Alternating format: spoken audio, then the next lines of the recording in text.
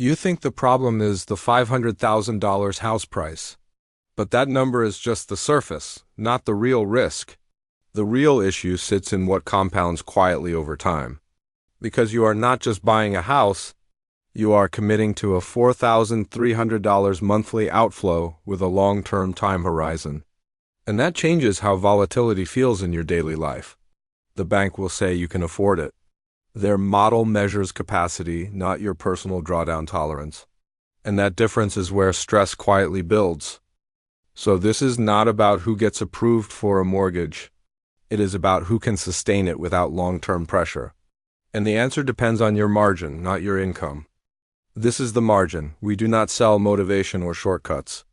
We break down the math so you can see the system clearly over the long term. Now look at the reality behind the number.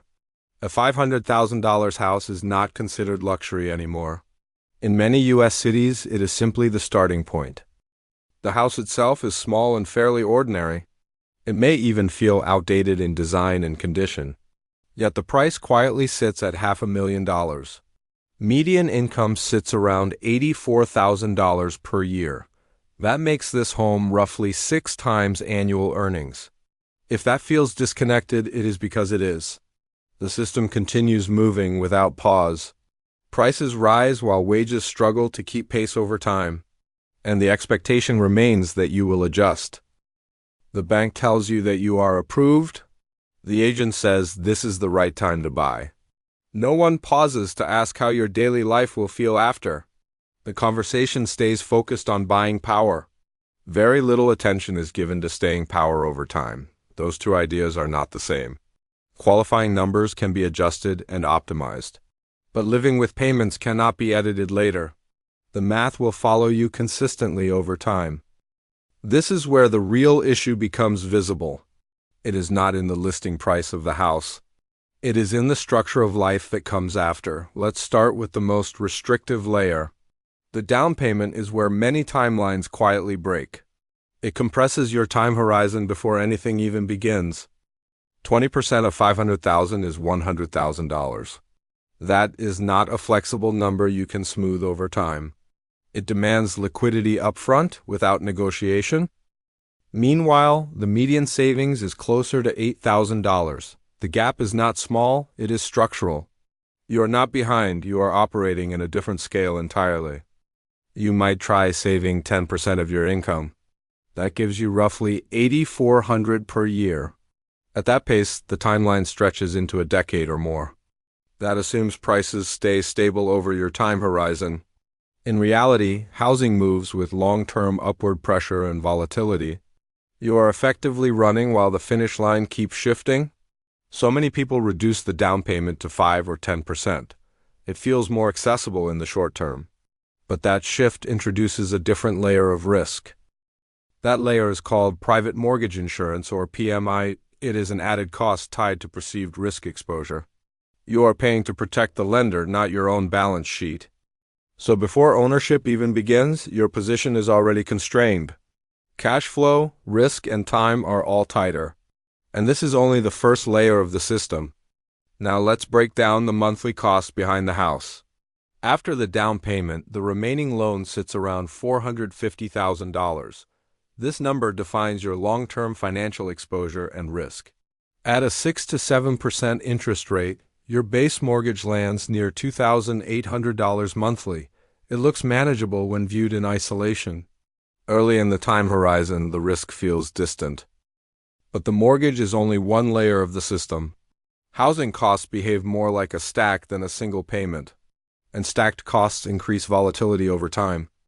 Property tax adds roughly $500 every month. Insurance contributes another $300 on top. These are fixed costs that compound your baseline obligation. Maintenance averages around $400 monthly over time. Homes require constant input, not occasional fixes, and these costs often appear during financial drawdowns. If your down payment is small, PMI adds another $300 monthly. This is the cost of entering earlier without full capital. It increases your exposure without building equity faster. When combined, the total reaches about $4,300 every month. This is under stable conditions with no external shocks. The full system reveals its long-term weight. So you are not just buying a house. You are committing to an ongoing cost system with long-term implications. And that system continues regardless of your income volatility. Now flip the question. Who can actually afford this in real life, not just on paper? Because theoretical affordability often ignores risk, time horizon, and real-world volatility. If $4,300 is 28% of income, the math points somewhere uncomfortable. You would need around $187,000 per year to stay within a safer long-term range. That number quietly sets the entry barrier. Banks may stretch that to 43% and still call it acceptable. Even then, you are looking at roughly $150,000 income. That is already a compromise with future flexibility and potential drawdown. Now look at the actual data. Most households do not reach those income levels, which means affordability for many is already stretched before the purchase even begins. Yet homes are still being bought every day. Transactions continue and everything appears stable on the surface. But stability here can hide underlying volatility. This is not about people being careless. The system itself encouraged participation through incentives and narratives. Over time, that creates a collective momentum that feels hard to resist.